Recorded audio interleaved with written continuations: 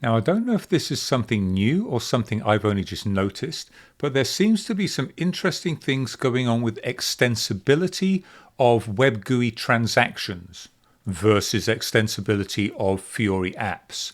So let's have a look at what's going on here. I'm going to look at a couple of different things in here. I'm going to look at create billing documents. Now, there's two of these listed on my Fiori Launchpad. I've got create billing documents, which is the Fiori app, and I've got create billing documents VF01, which is the legacy transaction that's using WebGUI and is not using Fiori. It's not really a Fiorified version of it. So let's look at what happens with those. I've got the help pulled up already. This is using the new floating panel in case you haven't seen that. So I'm going to go to create billing documents, the Fiori app first.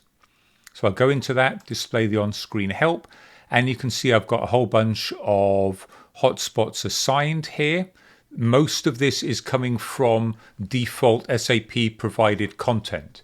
But if I go into edit mode, I can see that actually I've customized two of these already. They're the ones with the stripe down the left-hand side of the tile. But the point that I want to make here is I can go into here. If I say this one, create billing documents, this is standard SAP help. I can come into here, I can edit that, and I can just put some new text in here. For some reason, they always seem to have extra spaces in there, which I really don't like.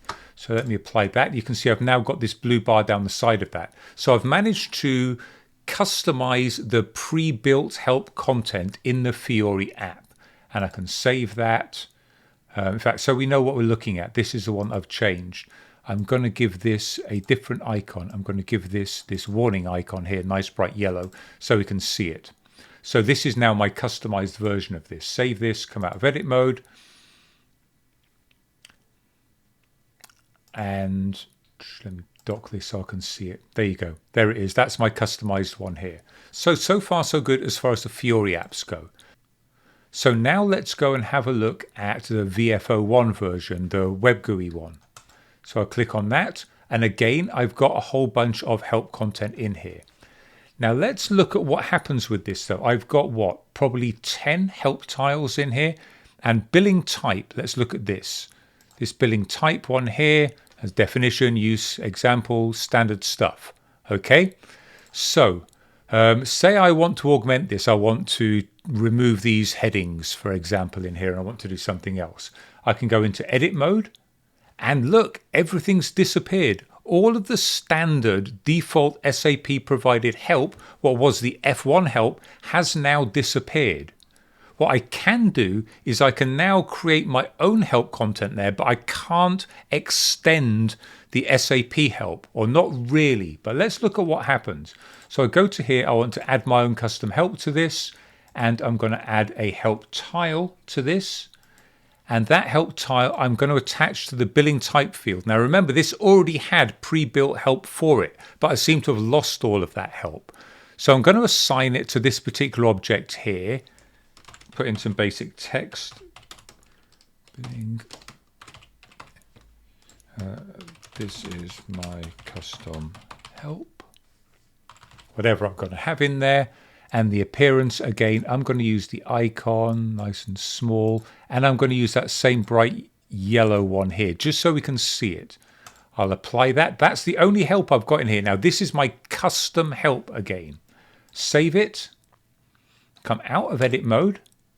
And miracle of miracles, everything comes back again. I now have my one custom help tile and all of the default SAP provided help, the F1 help for this VF01 transaction.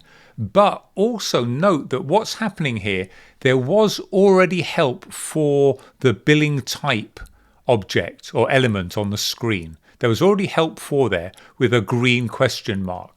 What's happened now is that the standard help has been hidden and been replaced by my custom help on that specific screen object.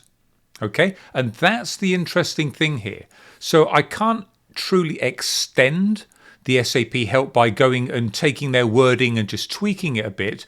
But if I provide my own help tile for anything that SAP has provided default help for, My custom help will replace, not extend, it will replace the SAP standard content. So this is a good thing, partly, that it works this way, because it means I'm never going to get a situation where I've got SAP standard help and my own custom help for the same screen element. You see here that it's basically hidden that question mark that was here, and it's given me my own help instead.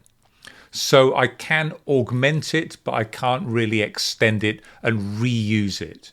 So that was just something interesting that I noticed, again, just for those old school WebGUI transactions where it's not really Fiorified.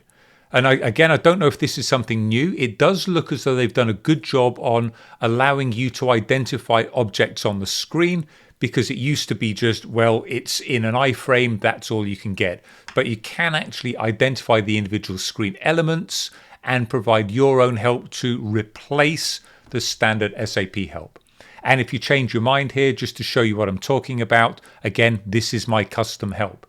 If I go back into edit mode and I've got my one billing type here, I can do my usual thing of remove help here.